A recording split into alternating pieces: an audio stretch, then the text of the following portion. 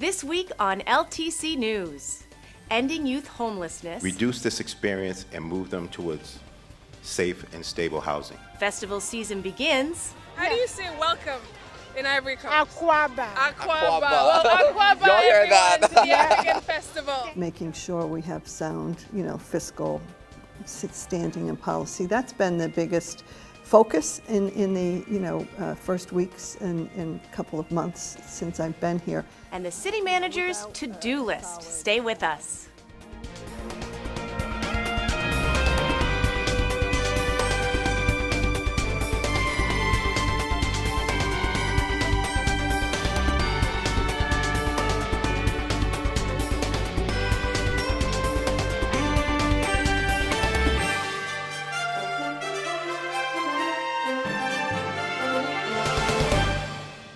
Welcome to LTC News. I'm your news anchor, Alanna Flood. City Manager Eileen Donoghue jumped into her new position on April 11th. Wendy Blum, LTC News executive producer, spoke with her about all of the projects she's beginning to tackle. Thanks so much for joining us on LTC News. Well, I'm happy to, and thank you for coming over to have a chat. So my first question is, how do you like your new job? Oh, it's fantastic. The city is dynamic. It's a living, breathing organism, and there's just so much happening here. It's challenging, no question about it, very busy, but there isn't any aspect to the job that I haven't been familiar with in my other lives or work, but it's different as the city manager. It's not something that I ever aspired to, but I will say, my years on the council and years as mayor, and then my years in the State House, as well as my years as an attorney, I think have kind of all prepared me for this job in a way that I wouldn't have realized till I actually came and sat in that office over there. What do you hope to accomplish in your first year and then onwards? Well, I think first and foremost is making sure we have sound, fiscal standing and policy. That's been the biggest focus in the first weeks and couple of months since I've been here. Without a solid financial foundation, it's very difficult to have meaningful development or change or what have you. So that's been my focus. But obviously there are just so many issues that are important. I know for the council there are many issues that are their priorities. Economic development is a big issue, and I think looking and trying to zero in on projects like the Hamilton Canal District, the parking garage, which will be starting very soon there, the road construction that's happening, that's going to open up those lots for development now in real time. It's been on the drawing board for so long. We look forward to the courthouse opening in the next year. The next big project, of course, is Lowell High School, and the option 3A that was supported by the council will be before the MSBA next Wednesday, for seeking their approval of that project. And that will be a massive, again, one of the largest, if not the largest, school building projects in the history of the Commonwealth in terms of the size of Lowell High School. That's just to name a few. I'm also in the process of beginning meeting and listening tours over the selection of the new superintendent of police.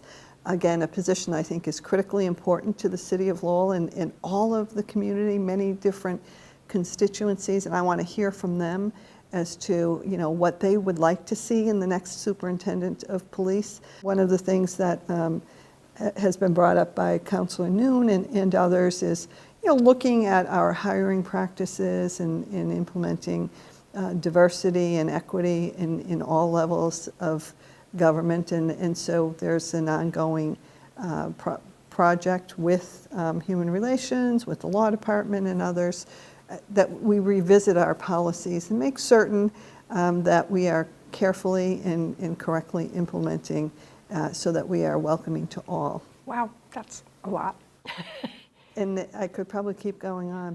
The manager has a positive attitude toward the many challenges faced by the city, which she sees as opportunities. At the June 26 City Council meeting, gas lines were again the hot topic. National Grid came back to the council for approval to do work replacing some old gas pipelines in the city. Some of the pipes to be replaced are about 100 years old, and the proposed new, larger plastic pipes would reduce gas leaks. However, National Grid is having union troubles, and there were National Grid gas line employees outside the meeting with protest signs. The company has locked out 1,000 union workers. In light of the lockout, public safety was the primary concern of the councilors, and several Lowell residents spoke up against gas lines in general and the danger of inexperienced workers laying lines through the city. Councilor Elliott put forward a motion that would delay approval of gas work until National Grid's experienced union workers are back on the job. The motion passed unanimously. The sport of pickleball is taking off around the country. It is a cross between tennis and ping pong, and it's a great exercise for seniors. The council moved to explore where and how Lowell might set up city pickleball courts. There are homeless people in every good-sized city in the United States, but we rarely hear about the teenagers who are trying to survive on their own without housing stability. On June 18th, a group of professional social workers, educators, and service providers from across the Merrimack Valley gathered in Lowell to come up with a plan for working together to end area youth homelessness. The event started with a panel of young people who described their experiences with homelessness. I feel like sometimes people don't understand that it can really weigh down on someone at that age and can really kind of warp their view on how things are in the world and become angry, you know? When I was younger, I used to live in a family shelter, so I experienced it very young. We have gathered today with over 100 community partners and friends and just invested participants and community members to figure out what are some of the challenges that young people in Lowell face and how can we start to create some solutions to prevent and end homelessness and housing instability for young people. Where are some of the places that young people stay when they don't have a stable place to stay? Rogers Park or North Common Park, a lot of people stay there. Under the bridges by the red and the green bridge, since it has that little walk path underneath, especially in the winter since it gets covered, it doesn't get covered by the snow. In the wintertime, people would stay in like laundry departments, like just places that are warm, and like they would do anything like break windows to try and get in there, you know. There are shelters in Lowell. Why? It doesn't sound like any of you have ever sort of accessed that. When I just peeked in, it was just too much drug addicts, and it didn't look safe. And I was not comfortable sleeping around tons of men. We know that young people under the age of 25 should not be sleeping in park benches, should not be couch surfing, should not be in the adult shelter system. And so what we're doing today is really setting the groundwork, so setting the stage, understanding what are some of the data and statistics. Last year there was a groundbreaking study done at the national level.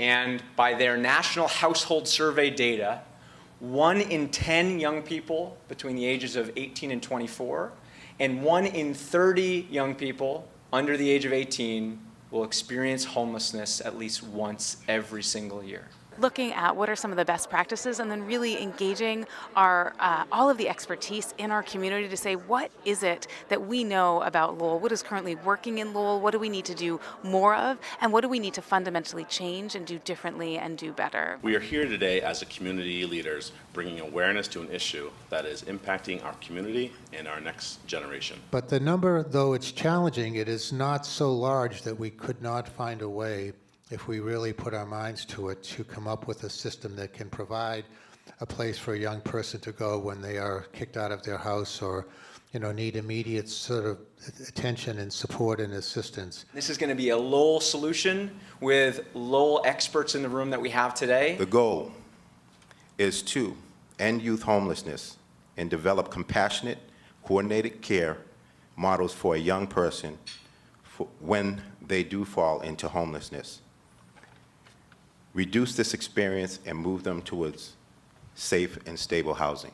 After this, we hope that people will engage in this planning process. We are starting a 6 to 7 month process to create a plan for Lowell to end and prevent youth homelessness. And so we're hoping that people will participate by being on a committee looking at models for intervention and prevention, looking at funding opportunities, looking at how to get the community engaged. The work to end youth homelessness is happening across the country. Services on the state and national level need better coordination to end this unnecessary hardship. If you're interested in participating in this process or know of a young person who is struggling with housing instability, you can get in touch with the Community Teamwork Resource Center. It was a beautiful day on June 16th for 2 outdoor festivals in Lowell. The African Festival took place at Sambas Pavilion. It was a cultural celebration of the whole continent of Africa, with dancing, fashion, vendors, and food. The 19th African Festival! Welcome to the African Festival. Karibuni nyote. I'm here with Jane Wakesa. So Jane, where are you from? Do tell us. I am from Kenya. I love the event. It's very nice. It brings together the African community. There's so many of us in this region, and this event brings us all together. There is food, there's music, people, greetings, love, and that's just what I love about this event. Yes, when we first started, we used to meet in front of City Hall Plaza, but then we got bigger and bigger and the space wasn't enough. So eventually they moved it over to the boulevard.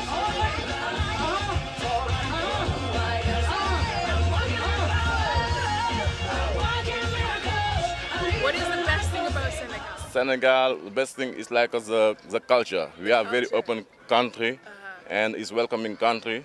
So it's like a teranga. So you can come anytime and they're very friendly.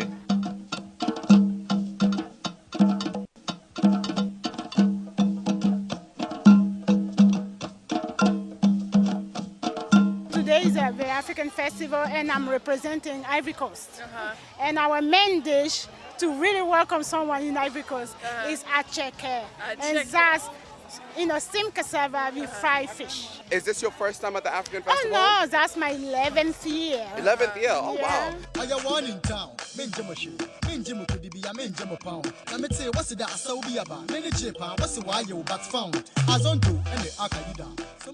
want you youth to get involved.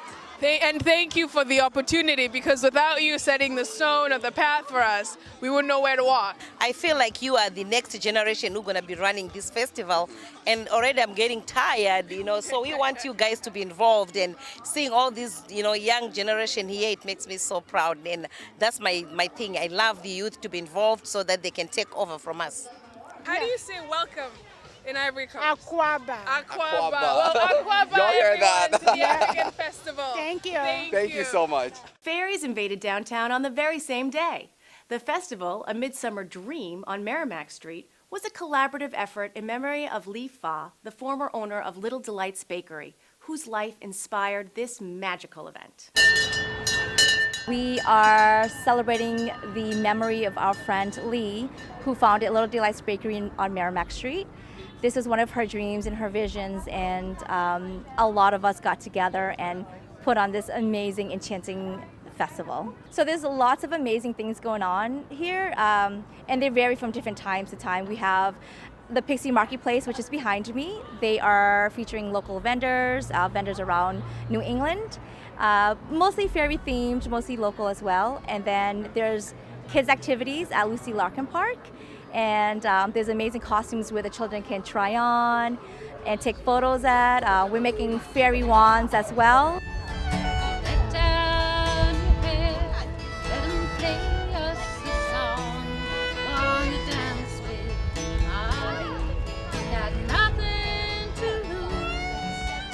We're celebrating fairies and art and children and fantasy, and it's wonderful, and I'm dressed for the occasion. And at the end of the night, we have a production of A Midsummer Night's Dream that's going to be a traveling play, so it's going to start in one spot and it's going to travel around the downtown. It's going to be really special.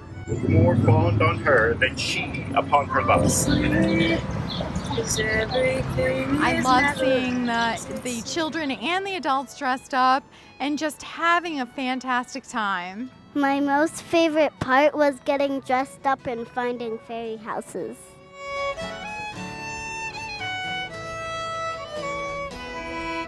It's me and I'm a fairy. What I love most of all is encouraging people to come out in costume on the street, because that's something that really rocks my boat. I love it, absolutely love it, because I want to see art out on the street. I want it out of the galleries and onto the street, where everybody that would ordinarily not go into a gallery is seeing the art that we have alive. We're so rich with it in this community. The organizers hope to make this an annual event. In this week's Sunspot, Lowell Sun Enterprise editor Chris Scott sits down with candidate for U.S. Congress Lori Trahan.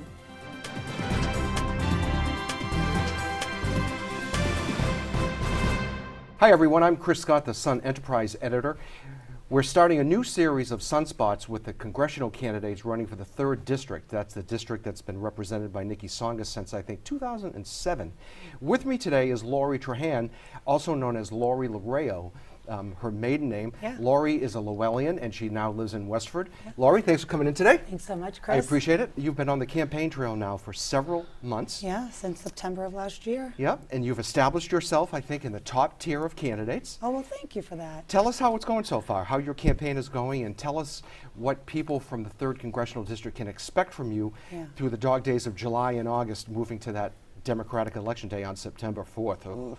They can expect their doorbell to ring and their door to be knocked on. I think this is the part of the campaign where we are meeting. We've got 20 volunteers every night going out and knocking on doors and making phone calls. I was at a meet and greet last night in Concord. We're talking about that. 25 people assembled in someone's home so that they could hear me on issues. And, you know, the campaign is feeling a lot of momentum. I mean, when we started this, we laid the groundwork for this exact moment. But we've got an army of great volunteers, a lot of kids that went to my alma mater at Lowell High, a lot of kids from UMass Lowell and the surrounding public schools and high schools. And so it's super energetic right now in the office. There's a lot of buzz. I actually can't spend my time making phone calls in the office because it's just too loud. But I think the response has been great. I mean, this is clearly a change election, right? I mean, I think we're seeing it in races all across the country where people are voting out career politicians. They're voting out people who have relied on special interests. And so we were talking about that off the air a minute. We were talking about that race in New York, where the 4th most powerful man in the House was defeated by a political neophyte. Yeah. When you see that, how does that make you feel as a new candidate, as a woman, with everything that's going on nationally? Yeah, I think this country is craving a new breed of leader. You know, there are a lot of people who had never thought about running before, who are running and winning. And we're seeing a lot of women win in these Democratic primaries. And so I think people are stepping off the sidelines. They're qualified. They have the values that we badly need right now in Washington, and they're causing some huge upsets. Let's go back to your campaign for a minute. We're talking off air about your campaign war chest compared to those of several other candidates in the race. We won't get into all the names and numbers, but you do have a healthy war chest, but it's not quite as high as some of those other ones. So are you trying to compensate for that through the army of volunteers and knocking on doors? I think when you first announced, you stressed that you really wanted to try to run a grassroots campaign and not rely on outside money and outside influences. So how are you doing in that regard? Great. You know, so the majority of the contributions that we've received have been from people who live in this district. You know, working class families like the one I grew up in, and that's by design. You know, there are people who are moving into this district to run, and there are people who are relying on lots of outside money, special interest money from Beacon Hill and lobbyists.